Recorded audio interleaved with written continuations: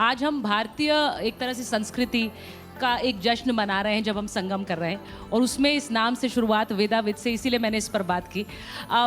यामी, यहाँ आज जो भी आ रहा है, क्योंकि ये मंच है कला का और आप खुद एक बड़ी कलाकार हैं, लेकिन हर शख्सियत में बहुत सी परतें होती हैं। तो एक्टिंग के अलावा कोई ऐसी कला है जिसके बारे में आपने कभी सोचा, या फिर आपने उसे उस टैलेंट को कभी होन करने की कोशिश की, उसे आगे बढ़ाया? आप गाती हैं? क्वायर में मैं ज़रूर गाती थी, और क्वायर में वो एक होता है ना कि पहले तो स्पॉटलाइट भी नहीं था, बस हम कहीं ना कहीं बैकग्राउंड में सिंगिंग करती थी। शौक था, काफ़ी शौक था, और पर कहीं मुझे नहीं लगता उसको मैंने बहुत बढ़ाया। फॉर सम रीज़न मुझे लगा कि नहीं यार, बहुत अच्छे अच्छे सिंगर्स हैं, मैं पढ़ाई की तरफ थोड़ा ज़्यादा जुट गई। पर हाँ, सिंगिंग में एक पॉइंट तक इंटरेस्ट था। मैंने ये भी सुना है आप मिमिक्री भी करती हैं और बहुत अच्छी करती हैं।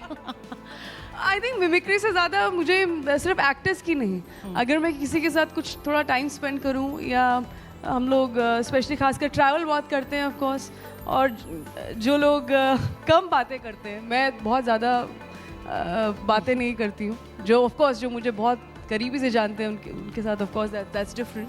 तो आप ऑब्जर्व फिर ज़्यादा करते हैं, और जब आप ऑब्जर्व करते हैं तो बहुत इंटरेस्टिंग चीज़ें फिर सामने आती हैं, और वो फिर जो इम्पर्सनेशन होता है उसमें कुछ अलग ही मज़ा है। तो फिल्मों एक्टर्स की तो इम्पर्सनेशन बहुत काफ़ी लोग करते हैं, बट आई थिंक जो आम जिंदगी में आप कहीं से और कब कौन क्या चीज़ अपने किरदार में ढालने का मौका मिल जाए, यू नेवर नो।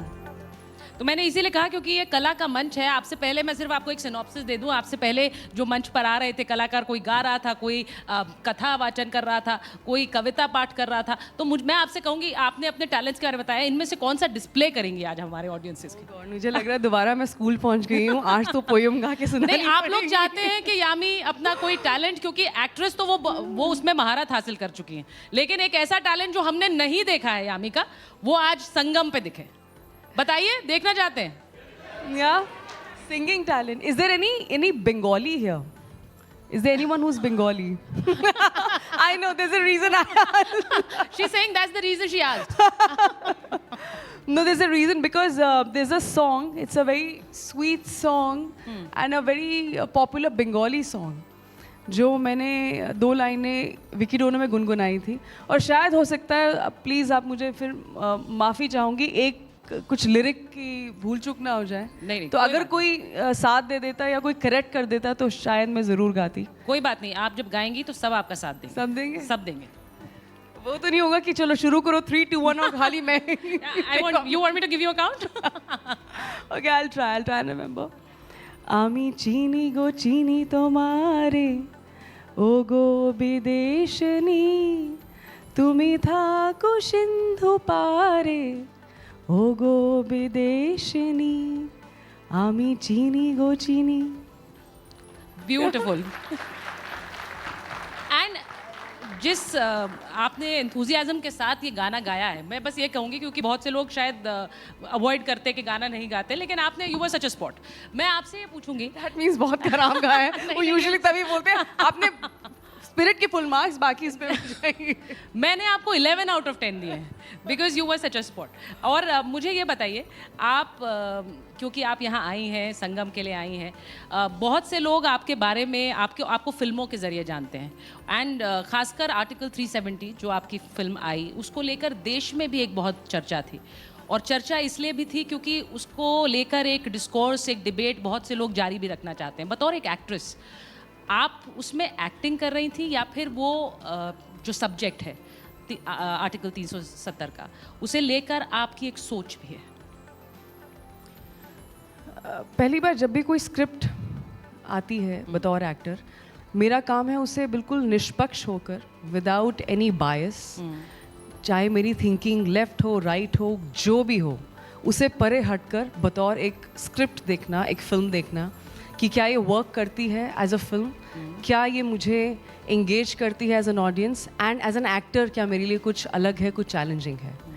और इन तीनों ही जो पैरामीटर्स हैं उनमें मुझे लगा ये एक जिसे बोलते हैं करियर डिफाइनिंग, या एक बिल्कुल ही मेरे लिए एक ऑथर बैक रोल था, और बहुत रेलेवेंट है। और जब इस तरह की कोई फिल्म आती है जिसे हम बोलते हैं इंस्पायर्ड बाय ट्रू इवेंट्स, और रफली इंस्पायर्ड बाय ट्रू इवेंट्स और समथिंग लाइक दैट. तो ऑफ कोर्स तो दूसरा फिर सवाल यही होता है कि क्या ये सच में ऐसा हुआ है, क्या ये सच है. एंड बेसिस जो भी हमारे पास फैक्ट्स थे, जो भी इंफॉर्मेशन थी, इट वाज एब्सोल्युटली वेरीफाइड. और तब लगता है कि हाँ, ये सारी जो चीज़ें हैं, मैं एक ऐसी फिल्म का हिस्सा बनने जा रही हूँ जो शायद आज ही नहीं बट आने वाले काफ़ी समय तक याद रहेगी. ना ही सिर्फ एक बतौर एक फ़िल्म के ज़रिए, but also what he was trying to say and something different. कुछ नई बात होनी चाहिए ना. हम सिनेमा हमेशा बोलते हैं कि अच्छा, आप एक ही तरह की फ़िल्में आप क्यों देखेंगे, या हम एक ही तरह की फ़िल्में क्यों करेंगे. आज अगर एक नया दौर है, एक नया सिनेमा है, एक नया हिंदुस्तान है आज जिसे हम कह रहे हैं, तो फिर बात भी नहीं होनी चाहिए. और ऐसी फिल्म का अच्छा प्रदर्शन होना, इसका मतलब ऑडियंस कितनी तैयार है एक ऐसी सिनेमा के लिए भी जहाँ पर एक बिल्कुल एक फैक्ट बेस्ड, इंफॉर्मेशन बेस्ड, एक आर्टिकल बेस्ड फिल्म है जिसमें कोई गाना बजाना नहीं है, ऐसा कुछ भी नहीं है to make it, package it in a way कि अच्छा ये ऑडियंस को अट्रैक्ट करे. They came because they wanted to watch the film and they were really engaged with the film. और छोटी सी बात, क्योंकि हमने ये फिल्म कश्मीर में शूट की थी और ऐसे एरियाज़ में शूट की थी जो आज तक हमने सिर्फ न्यूज़ चैनल्स में देखी थी. Being a 90s kid, there were some visuals which were always just there. एक होता है ना, एक बिल्कुल एक मेमोरी बन चुकी है आपके दिमाग में कि जहाँ पर आप जिस तरह का माहौल हमने हमेशा से कश्मीर में अनफॉर्चुनेटली हमेशा से देखा है.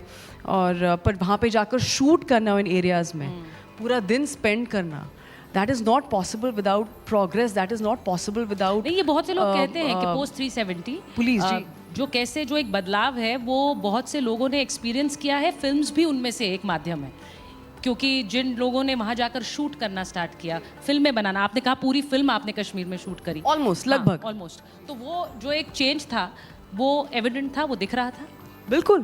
मुझे कहा गया, मुझे लगा कि इतना 5 मिनट लगेंगे, 10 मिनट लगेंगे यहाँ से वहाँ जाने में, जहाँ भी जाना था. जैसे नहीं ऐसा नहीं है, ट्रैफिक होता है. मैंने कहा ट्रैफिक होता है, हाँ. आपको वो बसेस दिख रही हैं? मैंने कहा हाँ. वो सारी गुजरात से आई हैं, वो कुछ साउथ से हैं, कुछ कई अलग अलग क्षेत्र से हैं. तो इतने टूरिस्ट थे, इतना टूरिज़्म वाज बूमिंग. सो जो मुझे लगा कि बहुत ही अच्छी बात है. जहाँ तक कि एजुकेशन की बात है, मुझे थोड़ा अच्छा लगता है जो लोकल, जहाँ भी जाऊँ लोकल लोगों से बात करना, जाना, कोई स्पिरिचुअल स्थान हो वहाँ जाना. हम लोग गए, जीठियर गए, हम लोग खीर भवानी माता, वहाँ उनके मंदिर गए. तो दैट्स बिल्कुल, तो ऐसा बिल्कुल एक अलग कश्मीर दिखा. एंड जो भी कहे, पहली बार जब वहाँ कदम रखा और अपने इंडियन फ्लैग लहराता हुआ देखा, अपने हिंदुस्तान का झंडा, बहुत बहुत गर्व महसूस हुआ, बहुत अच्छा लगा. वो गर्व मुझे लगता है हम सबको महसूस होता है जिन्होंने वो ट्रांजिशन देखा है कश्मीर में. आपने उरी द सर्जिकल स्ट्राइक की, उसके बाद आपने आर्टिकल 370 की. बहुत से लोगों ने पूछा क्या यामी गौतम नरेंद्र मोदी फ़ैन है? ऑफ कोर्स सभी हैं, ऑफ कोर्स सभी हैं. जिस तरह का काम हमारे माननीय प्रधानमंत्री जी कर रहे हैं वो सभी जानते हैं. पूरी दुनिया भर में उनकी चर्चा है और he is a true leader.